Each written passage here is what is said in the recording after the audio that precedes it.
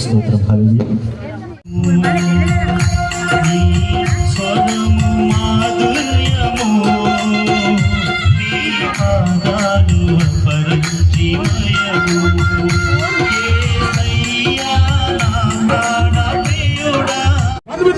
క్షేమంగా తీసుకుని వెళ్ళండి.